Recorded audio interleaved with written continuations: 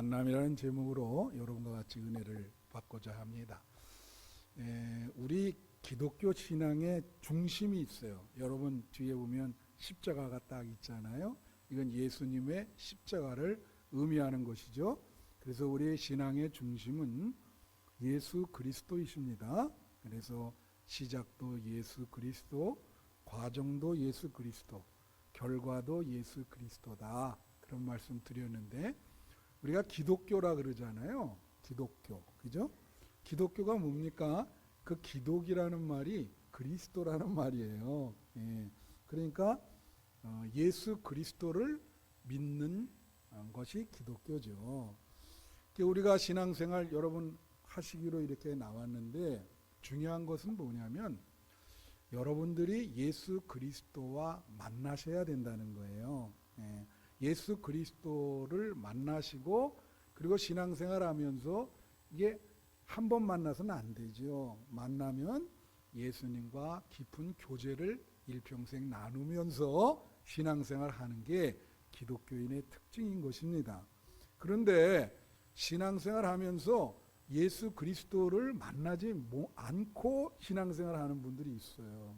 어떤 신학자가 말하기를 이것은 신앙생활이 아니라 종교생활이다. 그렇게 이야기를 합니다. 여러분 예수 그리스도를 만나시고 교제를 나누고 계십니까? 만약에 여러분 중에 그런 분이 안 계시다면 그분은 신앙생활을 하는 게 아니라 종교생활을 하는 거예요.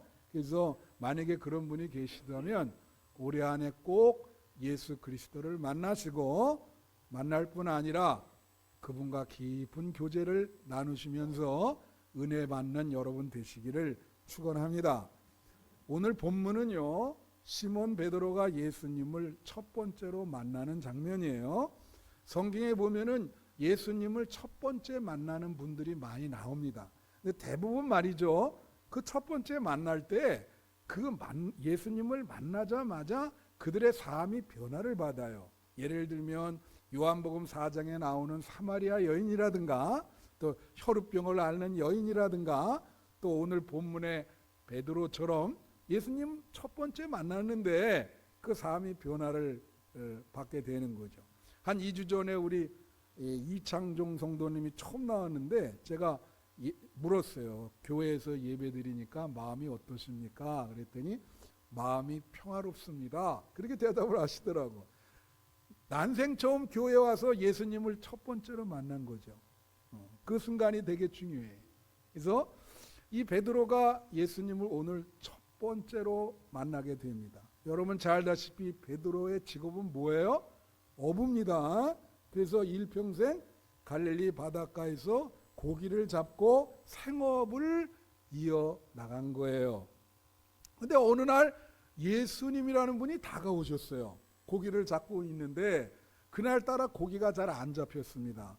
밤새도록 이렇게 고기를 했는데 한 마리도 못 잡아서 상당히 좌절과 절망 속에 거하고 있는데 예수님이 갑자기 다가오시더니 오늘 본문 말씀 4절에 보면 뭐라고 말씀하시냐면 시몬에게 이르시되 깊은 데로 가서 그물을 내려 고기를 잡으라 그러는 거예요. 난생 처음 본 분이 와가지고 깊은 데를 가르치면서 저 깊은 데 가서 그물을 내려봐라 그렇게 얘기를 했어요. 자, 여기에 깊은 데라고 하는 것은 물론 어떤 그 물리적인 장소의 의미가 있지만 이거는 영적인 의미가 있어요. 이 깊다, 이게 깊이의 문제죠. 깊이. 여러분 베드로는 지금까지 인생을 가볍게 살았습니다. 가볍게 산다는 건 뭐죠? 그저 생업을 생각하고 뭐 즐거운 일 있으면 나가서 놀고 쾌락을 쫓아서 살고 별로 어떤 인생의 의미라든가 삶의 궁극적인 의미가 있는가, 그리고 죽음 이후에는 우리의 삶이 어떻게 되는가, 이런 어떤 그 깊이 있는 질문 별로 없었어요. 너무 가볍게 이 인생을 가볍게 사는 사람 많죠. 그런 생각 없이 그냥 세속에 파묻혀서 그렇게 사는 사람들 많아요. 그런데 베드로도 그런 사람이 하나였는데 예수님이 갑자기 와서 깊은 데로 가라. 그렇게 얘기하는 거예요. 그 말씀은 뭐예요? 베드로에게 너는 이제 좀 인생의 깊이를 좀 생각하라는 거지. 깊이. 예? 여러분 신앙생활에 영적인 생활도 깊이가 있어야 됩니다. 여러분 사실 이렇게 같이 예배를 드리지만 여러분의 신앙생활의 수준이 다 달라요. 다 하나님은 아세요. 여러분이 다 다르다는 거를. 예?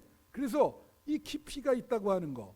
제가 신학교 시절에 읽은 책 중에 영국의 그 성공의 감독인데 그 로빈슨이라고 하는 사람이 쓴 어니스트 투 갓이라고 하는 책이 있었습니다. 그게 번역을 하면 하나님께 정직하게라고 하는 그런 책인데 그 내용에 보면 뭐라고 나오냐면 이제 우리가 하나님을 너무 높은 하나님만 자꾸 생각하지 말고 우리 마음속 깊은 곳에 거하시는 깊이의 하나님을 만나야 된다. 그렇게 얘기를 했어요. 사실 뭐 보면 그렇게 얘기하죠. 우리 어떤 분 기도하는 보면 이런 말을 해. 높고 높은 보좌에서 낮고 낮은 저희들을 크고 살피시는 하나님. 하나님은 높은 데만 계시는 게 아니라 여러분 마음속 깊은 곳에도 계십니다. 그 깊이에 계시는 그 하나님을 여러분이 만나셔야 되는 거예요. 예. 그래서 우리가 성경 말씀, 오늘도 우리 기도하시는 권사님이 우리 말씀을 잘 이렇게 배우게 해달라 그런 기도를 하셨는데 이 성경 말씀에 대해서도 성도들이 깊이가 달라. 이 말씀을 어떤 분은 말해요. 성경 말씀을 뭐 1년에 한 번도 읽지 않은 분들이 있거든요. 평생 동안 성경 한 번 안 읽고 교회 나온다고. 그럼 그 사람들은 깊이가 없죠. 예? 그 뭐라고 물어보면 어떤 뭐 다윗이라든가 그런 인물들은 다 기억나는데 어떤 기절을 대고 이 기절을 좀 해석해봐라 그러면 전혀 이해를 못해. 예. 우리가 어떤 인물만 가지고 이렇게 정보를 가지고 믿는 사람이 가장 얕게 믿는 사람이야. 근데 이 어떤 분은 성경 말씀을 다 읽고 해석을 하면서 이해를 해. 그럼 이분은 그래도 깊이가 있는 거예요. 하나님 말씀을 이해하니까 내가 왜 예수를 믿어야 되고 왜 구원을 받아야 되고 왜 교회에 다닌지를 정확히 알고 이해하고 교회를 다니시잖아. 그러니까 깊이가 있고 어떤 사람에게 전도를 해도 설명을 할 수가 있죠. 그건 깊이가 있는 거예요. 근데 이거보다 더 깊이가 있는 건 뭘까요? 그것은 하나님의 말씀을 여러분의 일상생활에 적용을 하는 분이에요. 그거를 그냥 흘리는 게 아니라 내가 일상생활 속에서 어떤 생각을 하고 판단을 하고 선택을 할 때 아니면 어떤 행동을 취하고 말을 할 때 그 성경 말씀을 기억을 해서 그 말씀을 적용하면 그분은 깊이가 아주 영적인 깊이가 대단한 분이죠. 그래서 베드로에게 깊은 데로 가라. 넌 지금까지 너무 가볍게 살았어. 깊은 데로 가. 여러분 새해는 여러분의 영적인 깊이가 더하시기를 축원해요. 영성이 딱 봐도 저 사람은 영성이 있다. 그런 평가를 받으셔야지. 뭔가 그래도 저 사람 안에 영성이 있고 깊이가 있고 예수 그리스도가 있다라고 하는 그런 인상을 주셔야 돼. 자, 그리고 나서 이제 그렇게 얘기하니까 5절에 보니까 베드로가 뭐라냐면 시몬이 대답하여 이르되 선생님 우리들이 밤이 새도록 수고하였나 잡은 것이 없지만은 말씀에 의지하여 내가 그물을 내리이다. 그렇게 얘기한 거야. 사실은 베드로는 고기 잡는 전문가입니다. 예. 근데 못 잡았어요. 예수님은 전문가가 아니시죠. 근데 예수님이 이런 말씀하니까 뭐라고 했냐면 말씀에 의지하여. 그래요. 다 같이. 말씀에 의지하여. 말씀에 의지한다는 것은 말씀에 순종한다는 거예요. 예. 여러분 성경에 보면 예수님 말씀에 순종하면 기적이 일어납니다. 요한복음 2장에 보면 물이 포도주가 되는 사건이 나오잖아요. 그게 그냥 뭐 갑자기 물을 아구까지 채우라고 예수님 말씀하시니까 무조건 순종했거든. 예.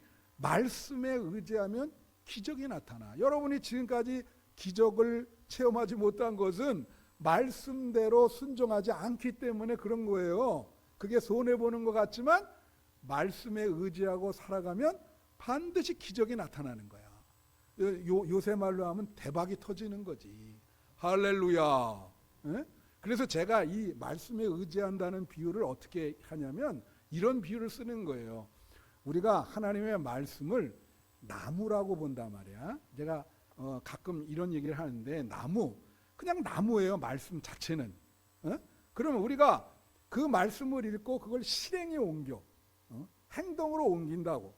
그러면 이게 무슨 행위냐면 그 나무인 성경에 나무에게 불을 붙이는 거예요. 여러분이 행동으로 옮기면 불을 붙이면서 이 나무가 불이 활발 타고 열과 빛을 내면서 주변 사람들을 따뜻하게 하고 밝은 빛으로 비춰주시는 겁니다. 그러니까 여러분 말씀을 읽고 행동으로 안 하면, 순종하지 않으면 아무 소용도 없어요. 예. 여기서 말씀에 의지한다는 말은 그 뜻이야. 예? 사실은 전문가가 아닌 예수님이신데 내가 고기 잡는 건 어떻게 해요? 더 전문가지. 어? 아니 어부가 고기를 잘 잡아야지. 가수는 노래를 잘 불러야 되고. 다 전문가 있잖아. 그죠? 목사는 뭐를 잘해야 돼? 말씀을 잘 증거해야 되는 거요. 예? 다 그게 자기 전문 그게 있는 거죠. 예? 근데 어부가 이 평생 고기를 잡았는데 고기를 한 마리도 못 잡았어. 비전문가인 예수님이 깊은 데로 가라. 깊은 데로 가라. 그렇게 얘기를 해요. 말씀에 의지하여 갔더니 고기를 말해요. 여기 보면 6장 보세요. 6절 보세요. 봐요. 그렇게 하니 고기를 잡은 것이 심이 많아 그물이 찢어진 거예요. 너무 많이 잡은 거야. 그물이 찢어지는 거면 실감 나요? 예? 어부가 아니시니까 모르시겠네. 이 만선의 기쁨을. 자, 그물이 찢어졌다는 건 이 그물은 다시 못 씁니다. 이제 기워도 될지 잘 모르겠는데 자기가 잡던 그물이 찢어졌다는 거는 이제는 더 이상 자기의 판단과 노력과 자기 힘으로 안 된다는 거야. 그걸 깨닫는 거지. 예. 그 그물이 찢어져 버렸어. 이제는 예? 자기 지금 가는 자기 계획, 자기 무슨 꾀라고 그러나요? 아무 소용 없어 이제는. 그 그물이 다 찢어져 버린 거야. 이제는 예수님 말씀을 의지할 수밖에 없는 거예요. 예. 그 표현이 그런 거예요. 그러고 나니까 8절 한번 보세요. 뭐라 하냐 8절에 시몬 베드로가 이를 보고 예수의 무릎 아래 엎드려 이르되 주여 나를 떠나소서 나는 죄인으로소이다 그랬어요. 저는 이 부분이 가장 이상한 구절이에요. 여러분 이상하게 생각해야 돼 이거를. 왜 그러죠? 지금 베드로는 어부입니다. 그래서 이거 하루 이틀 고기를 잡은 게 아니고요. 평생 고기를 잡은 거예요. 아침에 나가서 뭐 1박 2일로 잡을 때도 있고. 그러니까 그 갈릴리 바닷가에 이 베드로는 말이야. 어디가 고기가 많은지를 알아요, 몰라요? 안다고. 저쪽 가면 이때에는 고기가 모여들 것이다. 그게 아무 소용이 없는 거야. 근데 예수님이 쫙 그걸 우리가 낚시하는 사람 포인트라 그러거든. 고기가 많은 데를 딱 가르쳐 준단 말이야. 그러면 내가 베드로라면 내가 이런 말씀 항상 들지만 이렇게 생업 때문에 고생을 하는데 반응이 어떻겠어요? 일단 고기가 많이 잡혔으니까 기분이 좋아요, 안 좋아요? 당연히 기분이 좋지. 그물이 찢어져 잡혔는데. 그러면 딱 예수님 앞에 딱 나타나서 뭐라고 얘기하냐면 예수님 협상합시다. 당신이 3, 내가 7 먹겠습니다. 응? 항상 옆에 붙어서 그냥 고기가 저기에 많다라고 가르쳐만 주세요. 그렇게 말해야 정상이죠. 그렇죠. 근데 갑자기 여기 안 나와 있지만 무릎 아래 엎드렸어요. 예수님 무릎 아래 엎드려. 내가 볼 땐 통곡한 것 같아.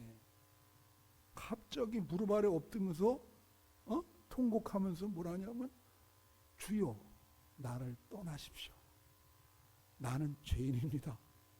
이 소리가 여기서 왜 나오냐고. 네? 왜 나와? 내가 얼마 전에 그랬죠. 예수님 옆에서 사진 찍을 수 있겠냐. 여러분 예수님이 지금 오시면 예수님 옆에서 사진 찍을 수 있겠어요? 내가 물었죠. 예? 나는 뭐라 그랬어? 나는 사진 못 찍고 예수님 만약에 나타나면 나는 무조건 그 앞에서 무릎 꿇고 대성통곡하면서 예수님 용서해 주시고 살려주시고 예? 나를 구원해 주세요. 그렇게 통곡하면서 그렇게 할 거라. 똑같은 거예요. 여러분 베드로가 일평생 생업을 하면서 얼마나 마음이 힘들고 괴롭고 또 져야 될 때 죄에 안 져야 될 죄에 얼마나 많이 졌겠습니까? 인생 자체가 그런 과정인데. 예? 그런데 하나님의 아들이시고 깨끗하시고 거룩하신 분이 앞에 나타났어요. 아무리 베드로가 영성이 없지만 그걸 못 느끼겠어요? 그 앞에 자기를 딱 보니까 이분의 그 거룩함과 영성을 감당을 못 하겠는 거예요. 자기는 감당을 못 해. 뭐 이런 부분에 그 영화가 있어요. 영화가 이제 군대 가서 그 영국 영화인데 군대 가서 이제 남편이 죽은 줄 알고 본인이 이제 그 역 근처에서 몸을 팔았거든. 근데 남편이 돌아온 거예요. 죽었다고 사망 소식이 났는데. 그 남편은 부인을 찾았는데 부인은 그 남편 앞에 못 나타나. 나는 당신 앞에 나타날 수가 없습니다. 죄인입니다. 그렇죠. 예수님은 거룩한 분인데 우리 같은 죄인이 어떻게 당당하게 나타나겠어. 그죠? 이 타락한 사람들이 깨끗한 분을 앞에 만날 때 참 그러잖아요. 날 그냥 내버려 두세요. 난 당신과 못 갑니다. 그런 마음이에요 지금 베드로가. 갑자기 난 죄인입니다. 나를 떠나십시오. 난 당신의 영성을 감당할 수가 없어요. 너무 난 더럽기 때문에 깨끗한 당신을 난 못한다 이거예요. 그러니까 나를 떠나시고 나는 죄인이라 그러면서 무릎 꿇고 통곡한 거야. 그래서 여러분 예수님을 만나시잖아요. 첫 번째 만나면 진짜 만나면 정말 감당을 못합니다. 그리고 여러분 지나온 과거가 떠오르면서 참 내가 죄인이구나. 여러분이 그걸 느끼신다면 예수님을 지금 만나고 있는 거예요. 할렐루야. 그래서 자기 죄를 갑자기 고기 잡다가 나는 죄인이라고 예수님 만나고 예수님 만나면 제일 먼저 내가 죄인이구나. 그걸 느끼면 예수님 만난 거죠. 근데 그런 베드로를 향해서 예수님이 10절에 보면 뭐라 그러냐면 이렇게 얘기해요. 자, 10절 보시면 자, 이제 쭉 세베대의 아들로서 시몬의 동업자인 야고보와 요한도 놀랐습니다. 예수께서 시몬에게 이르시되 무서워하지 말라. 이제 후로는 내가 사람을 취하리라. 그런 거예요. 이 베드로가 덜덜덜 떨면서 그렇잖아요. 막 통곡하면서 이 진동하면서 떠는 거예요. 예수님 그 하나님의 아들을 지금 보고는 주체를 못하지. 막 두렵기도 하고 그래서 자기 죄가 생각나서 날 좀 떠나세요. 난 당신을 감당할 수가 없습니다. 이 거룩한 당신을 막 그렇게 무서워하면서 막 두려움에 떠는데 예수님의 베드로에 그런가요? 무서워하지 마라. 무서워하지 마라. 내가 너를 택했는데 너는 이제부터 사람을 취하리라. 다른 복음서에는 사람 낚는 어부가 되게 하리라. 사람 낚는 어부가 뭐요? 다 같이 복음의 전도자. 너는 이제 이 생업 이거 그거 신경 쓰지 말고 이제 나를 따르고 너는 내 제자가 되고 복음의 전도자가 될 것이다. 그래서 구원해 주는 거예요. 이게 구원의 말씀이야. 베드로를 구원한 거예요. 이게 왜 구원이냐? 여기 보면 말이죠. 베드로에게 삼중 축복을 주시는 거예요. 예수님 만날 때 베드로는 세 가지 축복을 받았어요. 어떤 축복을 받았죠? 복을? 첫째는 육체적인 복은 고기를 많이 잡았어. 한 번도 일평생 그렇게 많이 잡아본 경험이 없어요. 많이 잡았지? 그건 육체적인 복이야. 그 다음에 혼적인 복이 있어. 혼적인 복. 정신적인 복. 그건 뭘까요? 자기가 죄인임을 깨닫게 됐어. 한 번도 그렇게 생각해보지 않았는데 예수님 만나니까 자기 죄가 다 보이기 시작한 거예요. 그래서 혼적으로는 자기 죄를 깨닫게 됐어. 그것도 복이야. 영적으로는 무슨 복일까? 영적으로는 구원을 받고 전도자, 제자가 된 거예요. 이제 더 이상 생업에 신경을 안 써. 그 생업 때문에 스트레스를 많이 받았거든, 베드로가. 그래서 굉장히 피곤한 인생을 살았던 사람이야. 거기서 해방이 된 거야. 여러분, 구원이라는 게 뭡니까? 출애굽이 뭐예요? 출애굽이. 출애굽이라는 것은 애굽의 노예 생활에서 구출되는 거예요. 그 노예 생활에서 구출되는 걸 한번 생각해 보세요. 그게 해방이지. 구원이고 기쁨이고. 오늘날 우리가 사는 여러분의 모습을 한번 보여요. 어떤 사람은 돈의 노예가 돼서 그거 쫓다가 그냥 그 스트레스 받고 힘들어요. 우리 사회에 지금 제일 어려운 건 뭐죠? 우리 사회는 말이에요. 좌파 우파가 갈려가지고 완전히 그 정치적인 이념 있죠. 거기에 목숨을 거는 사람들이 있어. 그래요, 안 그래요? 그래서 사회가 양분이 돼가지고 굉장히 갈등이 심해요. 그 이념이 뭐라고? 예? 그 이념 때문에 거기 이념에 노예가 돼 있다고 사람들이. 그죠? 여러분 이념의 노예 북한 한번 북한. 야, 나 지난번에 그 양상훈이라는 분이 이 칼럼을 잘 쓰는 분인데 그 조선일보의 칼럼 북한의 그 실상을 썼는데요. 참 동족으로서 진짜 가슴 아픈 게 여러분 평양 이외의 지방에 가면 거의 한 이틀에 한 번꼴로 밥 먹는데 먹을 게 없어가지고 하여튼 모든 거 다 잡아먹는다더라고. 예? 얼마나 그게 가슴 아픈 일이요. 동족인데. 그래도 우리는 먹는 거 가지고는 그렇게 고생을 안 하잖아요. 이제 그 체제와 이념이 뭐라고 거기에 다 노예가 돼가지고 그 사람들 거기서 누가 구출하겠습니까? 예수님밖에 없어요. 그들을 구원할 그 노예 생활에서 구출할 분은 예수님밖에 없는 거예요. 그래 이 베드로는 어떻게 구원? 내가 말씀드렸죠. 베드로가 왜 예수님이 고기를 그렇게 많이 잡게 할 때 고기 같이 잡으시자고 그렇게 얘기를 안 하고 무릎 꿇고 통곡하면서 나를 떠나달라고 왜 그랬어요? 그것은 베드로의 인생이 피곤한 거예요. 여러분 생업이라고 하는 게 피곤한 겁니다. 먹고 살고 하는 게 쉽지 않은 일이에요. 그 일평생 그것 때문에 고통을 많이 받은 거야. 그러니까 스트레스가 많죠. 근데 예수님이 뭐라냐면 너 이제 그거 그만해라. 거기서 그 말씀은 이거예요.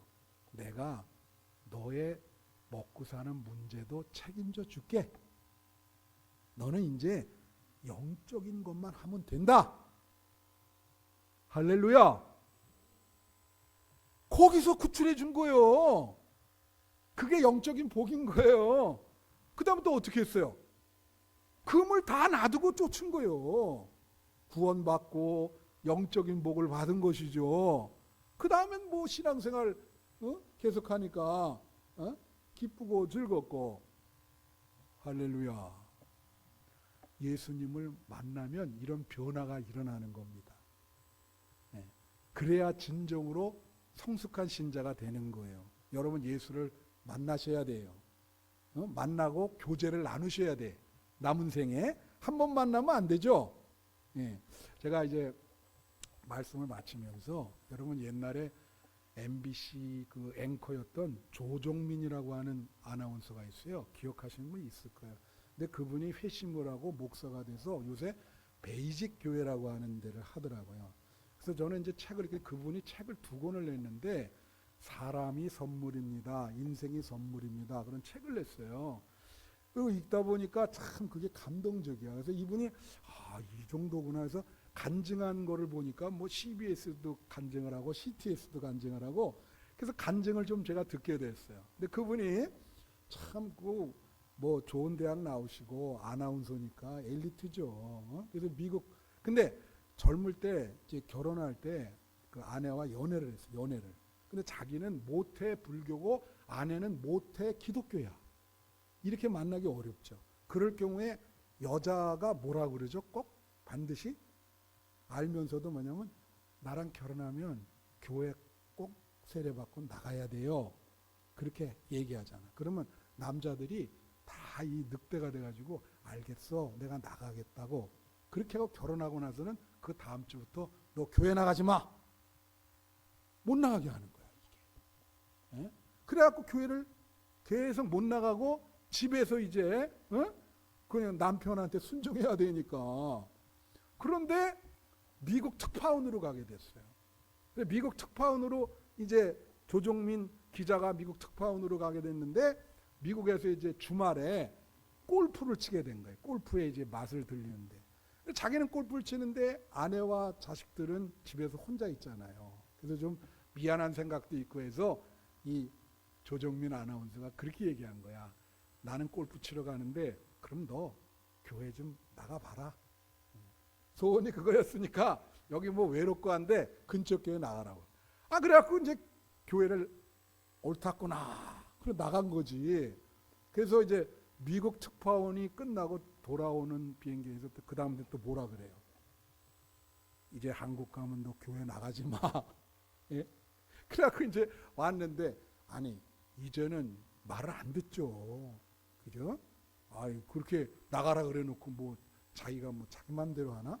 그러니까 이제 새벽 기도도 나가고 그 온누리교회 있죠. 서울 그 집이 그 아파트가 아마 온누리교회 옆에 있나 봐. 그러니까 새벽에 이제 4시에 일어나서 거기 온누리교회 새벽 기도 나가는 거예요. 근데 어느 날 이런 생각 드는 거야. 이 마누라가 새벽마다 어디 가는데 어디를 정말 가는지 내가 쫓아가 봐야 되겠다. 기자니까. 그래가지고 딱 새벽에 쫓아갔더니 그 교회가 여러분 가봤어요. 여기 이제 큰데 새벽에 이제 막 찬양하면서 기도하는데 여기 뭐냐면은 강대상에 올라와서 막 여기서 막 방언으로 기도를 하는 거예요. 일부는 방언으로 가면 또 일부는 그 밑에서 방언으로 막 기도하고 그리고 자기 아내는 보니까 그 밑에 좌석에 앉아서 기도를 하더래. 그래서 자기가 이렇게 보니까 이단 집단 같고 그리고 방언 들으면 처음에 안 듣던 사람이 방언 들으면 기분이 어때요? 저도 처음에 그 막 교회에서 방언하는데 막 왈왈 샬라샬라 그러는데 놀래잖아요. 그래서 그거 보고 야 얘네들 미친 광신도 아닌 이단 집단이다 했고 이제 3등분을 한 거야.